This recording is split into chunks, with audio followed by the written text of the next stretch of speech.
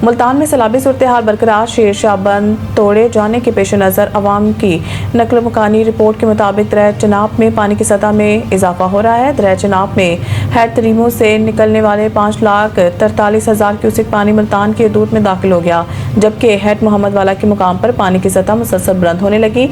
महकमा नहार के 413.40 क्रॉस कर गई। पानी के बहाव को कम करने के लिए शेर शाह बंद को धमाके से उड़ाकर ब्रिज किया जाएगा। शेर शाह बंद ब्रिज होने से 20 से ज़ायद मुजाजात मुतासर होंगे। MNA अब्दुल कादिर गिलानी और MNA अली कासिम गिलानी ने लोगों से घर खाली करने की अपील की है।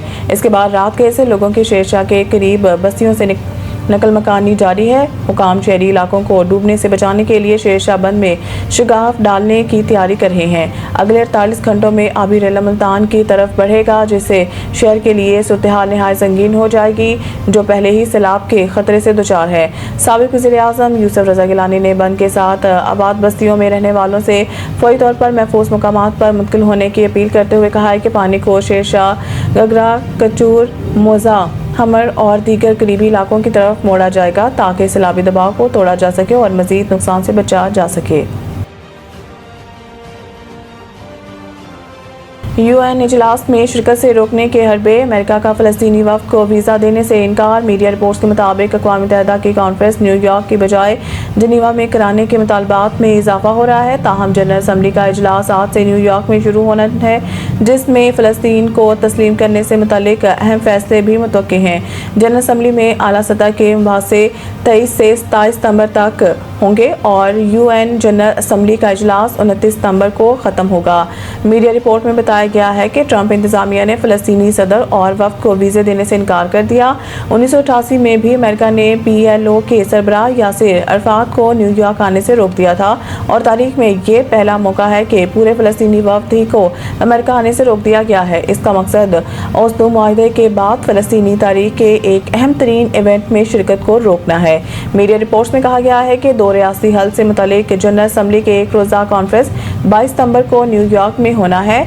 सऊदी अरब और फ्रांस की ज़ेर क़यादत फ्रांस में फ़लस्तीनी सदर को शिरकत करना थी, जबकि सेशन में बरतानिया, फ्रांस, ऑस्ट्रेलिया, कनाडा और दीगर ममालिक की जानिब से फ़लस्तीन को तस्लीम किए जाने का इम्कान है।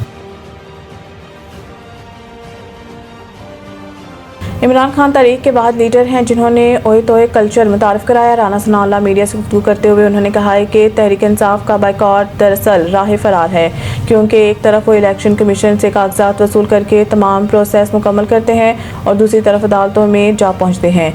राना सनाउल्लाह ने कहा है कि बानी PTI को अपने ही मेंबरान पर एतमाद नहीं। इनके कई अरकान वोट कास्ट करना चाहते थे, मगर मैंने मना किया कि अपनी ही जमात को वोट दें।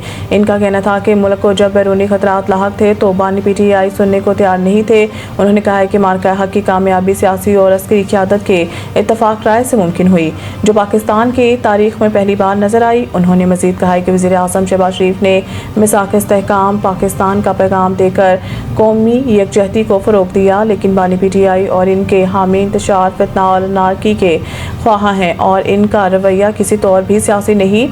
खैबर पख्तूनख्वा और बलूचिस्तान में दहशतगर्दी की कार्रवाइयों के पीछे भी वही अनासिर हैं जो पाकिस्तान को कमज़ोर देखना चाहते हैं। Indian TV anchor Anjana Keshav को मुस्लिम मुखालिफ बयानात महंगे पड़ गए। मुकदमा दर्ज। ये मुकदमा retired police officer Amitabh Thakur की दरख्वास्त पर दर्ज करने का हुक्म दिया गया, जिन्होंने मौका अख्तियार किया है कि अंजना केशव ने अपने प्रोग्राम में भारतीय मुसलमानों को नापसंदीदा बोझ के तौर पर पेश किया और इनके खिलाफ नफरत अंगेज जज्बात भड़काए। रिपोर्ट के मुताबिक 14 अगस्त को अंजना केशव ने अपने प्रोग्राम हिंदुस्तान की तकसीम का नामुकम्मल एजेंडा में कहा था कि 1947 में 4 करोड़ भारतीय मुसलमानों में से सिर्फ 96 लाख पाकिस्तान गए। उन्होंने ये सवाल भी उठाया है कि जब तकसीम मजहब की बुनियाद पर थी तो बाकी मुसलमान भारत में क्यों रह गए।